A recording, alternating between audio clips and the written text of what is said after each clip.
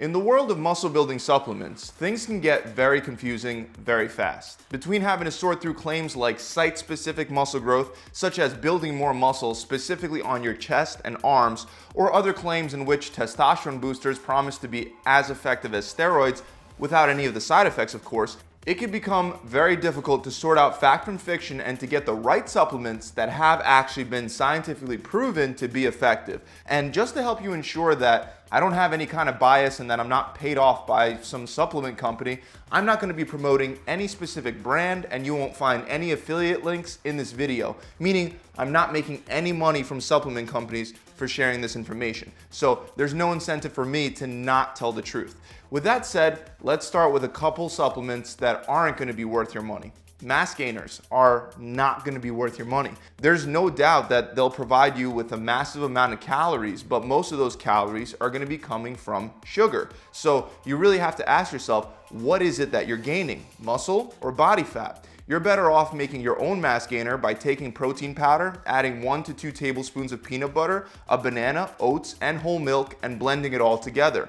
Another waste of time supplement is pretty much every testosterone supplement on the market. Even the best testosterone supplements are usually only going to raise your testosterone levels by 20 to 40% maximum. This is simply not high enough to notice any real changes in athletic performance. While there may be some ingredients in the testosterone boosters that will help improve your libido, you shouldn't expect any real muscle building benefits from such an increase.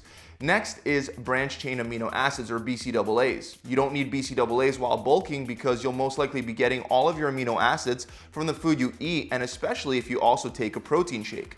An argument can be made for the effectiveness of BCAAs during a cut, but while you're in a calorie surplus trying to build muscle, they're not really necessary. The same goes for L-glutamine, L-carnitine, and L-arginine. Now, the first controversial supplement that you may actually want to look into if you're planning on training in a fasted state is HMB. HMB is a byproduct of the breakdown of leucine, and leucine is the most powerful amino acid for muscle growth.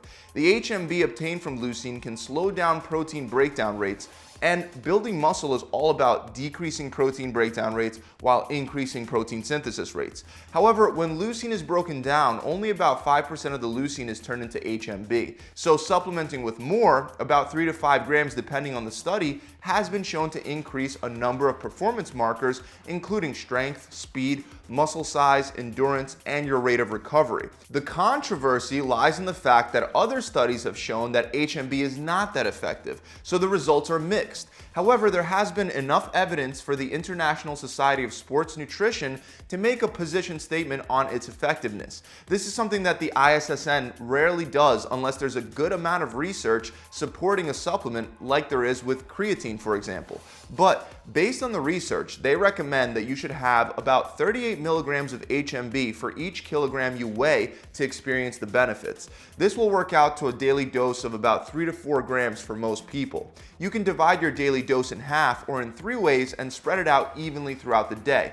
But make sure you take one of those doses, preferably directly before your workout. This supplement is not as necessary for those of you training in a fed state, but the anti-catabolic effect that it provides makes it ideal for those of you that are training in a fasted state and want something to reduce muscle breakdown rates during your workout.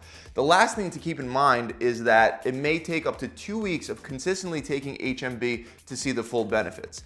Now, if you only have the money for just one supplement that's made to build more muscle, then you're going to want to go with creatine. According to a meta-analysis published in the Journal of Physiology, creatine is considered the most effective natural muscle building supplement out there. And this meta-analysis wasn't some small study. The researchers compared the effectiveness of 250 supplements for muscle growth, and they found that creatine had the most significant impact on muscle mass.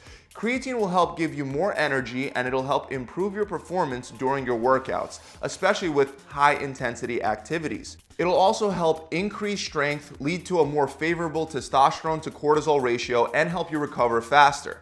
On top of that, according to the Center of Human Nutrition, weightlifters that supplement with creatine for 3 months tend to gain between 2 to 6.5 pounds of lean body mass compared to lifters that train without it. The original and most studied form of creatine is creatine monohydrate, but nowadays there are a ton of new creatine products to choose from. There's Creaclin and creatine HCl, which is believed to dissolve better in water liver and can help reduce bloating and cramping. And there's also creatine ethyl ester as well as creatine nitrate, which are believed to absorb better than creatine monohydrate, requiring smaller doses. Out of all of these, there's no doubt that monohydrate is the most well-researched, proven, and it's also the cheapest. With that said, many people swear by these other forms of creatine, so you may find some unique benefits by experimenting, especially if you find yourself getting bloated or an upset stomach from creatine use. As far as how much to take, you may choose to do a week-long loading phase where you would have 20 grams of creatine every day for 5 to 7 days, and then you would transition to only having 5 grams per day. While you can do that, it's not absolutely necessary. If you just take 5 grams per day every day from the start instead of loading, you'll still saturate your muscles with creatine. It just may take a little longer. Some people choose to cycle creatine where they take it for 6 to 12 weeks and then stop for 4 weeks. While there is no conclusive evidence in favor of cycling or not cycling, if you choose to cycle, you may want to do a loading phase at the beginning of each of your cycles. On the other hand, if you consistently take it without stopping, you may want to drop to only 3 grams per day rather than a full 5, as that should be enough to keep your muscles saturated with the creatine. Now, regardless of which creatine you get or how much you take, you should know that about 20 to 30% of the population is considered non-responsive to creatine use, which means they won't notice significant changes when taking this supplement. Another supplement that you may want to consider is a good pre-workout supplement. An effective pre-workout supplement will help increase your strength and energy during your workouts, as well as give you a better pump. Great pre-workouts will typically contain ingredients like beta-alanine, which will help delay the onset of fatigue and increase muscular endurance, citrulline malate, which can help improve blood flow, increase performance, improve recovery, and even provide a slight boost in growth hormone during a workout. And the last ingredient you'll definitely want is caffeine, as this will be what's providing most of the boost in your energy levels. The problem with pre-workouts is that they can get a little tricky because if you take them too often, you'll feel like you can't work out without the boost that they provide. You'll literally feel sluggish and tired in the gym on the days that you don't take it. So to avoid this and to get the maximum benefit out of a pre-workout, I recommend only taking it 2 to 3 times a week on the days that you're really gonna push yourself in the gym. Let's move on to protein powder. Now, even though you don't need protein powder to build muscle, since you can get all the protein you need from real food, protein powder can still make a couple things easier for you. First of all, you can take it on the go, and it's not always possible to prepare a high protein meal on the go. It can also help you meet your daily protein requirements without making you feel excessively full. You want to have at least 0.7 to 0.8 grams of protein for each pound of body weight to give you the maximum muscle building benefits. And if you're cutting, you may want to have a little more than that. The protein will be used in a process known as protein synthesis to repair and build muscle. As long as protein synthesis rates are higher than protein breakdown rates, you'll have a positive nitrogen balance, putting your body in a more ideal state for growth. This is also why it may be a good idea to have a protein shake after your workout. When you work out, protein breakdown rates will rise. You can slow this down and increase protein synthesis rates just by having a protein shake soon after your workout. If you work out in a fasted state, then having that protein shake sooner after a workout rather than later can really help with building muscle. However, if you have some protein before your workout, you don't have to worry so much about how soon you take down that protein shake, even if it's hours later. When choosing the right type of protein, you have a number of options, including whey, casein, soy, rice, beef, bean, egg, pea, and hemp, just to name a few. Now, just to make it super simple for you, studies show that animal-based protein powders lead to higher protein synthesis rates when compared to plant-based sources. This doesn't mean that you can't go with a plant-based protein powder like soy, rice, or pea. As long as you have a variety of plant-based sources throughout the day, you can actually achieve a more balanced amino acid profile. With that said, if you can have a dairy-based protein powder, studies show that they will typically outperform soy for muscle building purposes. The two main dairy-based protein powders are whey and casein.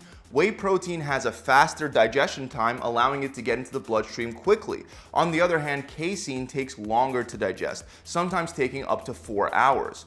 Whey is better if you're having it after a workout, not only because of its faster absorption rate, but also because it has a better amino acid profile for building muscle. To be more specific, it's one of the best sources of leucine, which, as we discussed, is the most important amino acid for muscle growth. Now, this doesn't mean that casein doesn't offer its own unique advantages that may make you want to consider getting it too. Taking casein before bed has been shown in studies to help increase type 2 muscle fiber size as well as overall muscle strength. This may be because you'll be able to maintain a more positive protein balance while you sleep if you consume a slow digesting source of protein beforehand. However, if you're only looking for a post-workout supplement or you can only choose one of the two, I recommend whey over casein. Now, within the category of whey protein, you have concentrate and isolate. While whey concentrate will probably be the cheaper of the two, it will also contain less protein and more carbs and fats instead. Besides concentrate and isolate, there's also hydrolyzed whey, which is believed to be even faster absorbing and more bioavailable, but it's a lot more expensive. Given the fact that regular whey is already over 96% bioavailable and there's no scientific data showing that hydrolyzed whey will absorb even faster than regular isolate, I recommend saving your money and sticking with isolate. If you're lactose intolerant, I recommend egg protein powder because of its high bioavailability. And if you want a plant-based protein source, you should get one that includes multiple plant-based sources like a mix of pea and rice to get a more balanced amino acid profile. The last supplement that you may want to look into if you're in a cold climate is vitamin D. And the reason is because most people don't get enough vitamin D in daily, especially in cold climates. Your body normally gets vitamin D from the sun, but if you don't get enough sun exposure, you probably don't have optimal levels. If you're deficient in vitamin D, your testosterone levels will be impacted in a very negative way. So if you don't get much sunshine, you may want to consider adding this relatively cheap supplement into your plan.